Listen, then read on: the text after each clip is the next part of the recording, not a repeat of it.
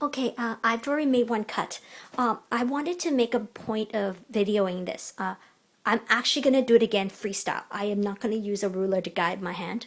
Because the reason I'm doing this is actually 5 minutes to 5 actually in the evening. The reason is because if I have this feeling, maybe some people did too. A lot of reasons I didn't do the chloroplast initially was I was scared. What was I scared of was how hard it would be to cut. Okay, I knew what chloroplast was as soon as people said it was a plastic cardboard. It was a cardboard, but it was plastic version of it. I wanted to point out, this isn't very sharp because I've actually used it all day at work, okay? So let me just turn it on. This is just a standard box cutter. I don't know if you can buy this because I got this from work. I smuggled it out. Well, not really, but you know, we're not really supposed to take it home for personal use, but we can take it home, you know, because it's part of our supplies that we can take home. But yeah, they don't expect us to specifically intend to take it home for the use of at home. So anyway, the reason I'm making this video is because I wanted to show you guys something. Because I'm actually pretty good at this. So I'm actually going to do this, and I'm not watching the screen. So if I'm off guide on the screen, my apologies. Let me just push this thing first. So the reason I'm doing this is because I wanted to show you guys something. Actually, I'm not going to start there. I didn't do that last time. Okay, so I'm right inside here. I don't know if you can see that. This is what I did the first time. Now, reason why I'm making this video, I wanted to show you guys that. Now, if you guys want a description of it, it cuts like butter. That's what I wanted to tell you guys. It's not as hard as it looks. It's actually very thin, the layer of plastic that you're cutting through, so don't apply too much pressure. So actually a box cutter is a really good idea compared to X-Acto knife, which you have very low control of how deep your blade goes. This I can just extend it smaller or less. But the thing is, it's not that hard apparently. Okay, my only real reservation for doing this was I was so scared I was going to screw it all up.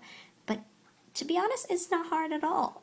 Okay, my walls, just so you know, also, while I'm at it, might as well. Okay, this is a half of 4 by 8, okay? It's exactly 4 by 8. This is half. So it's 48 inches by 48 inches, I believe. Okay, so my walls, this is one of the reasons I also didn't do it initially, because I'm very picky. So it's 40, let's see, it's 48 inches. Okay, on one side, it's 49 apparently on the other side, because I chopped the chloroplast in the 4 by 8, the 8 feet length part. So the 4 feet is right across from here. But the length of it is not exactly 4 feet because I chopped it in half before I brought it home. But here's the thing. My grid internally between here and here is 27.5 inches. So if you do the math, it is 10.75 inches high walls. So basically what you do is you take your measurement of the internal part of your cage. So from here on the inside, don't do the outside because remember it's got to fit inside your cage, right? It's a box within a box. So you got to measure from internal. And the easiest way to measure internally, I really love this thing, is you take this thing, okay, and you hook it to the side, okay? Hook it to the side. And then when you bring it over here, hook it over here and see how much it is first. And then hook it onto, just line it right up to the inside of your cage. And then take another measurement and see what that looks like. And then you can account for the thickness of this thing. And it's not that hard. And don't forget you have to do a give or take, okay?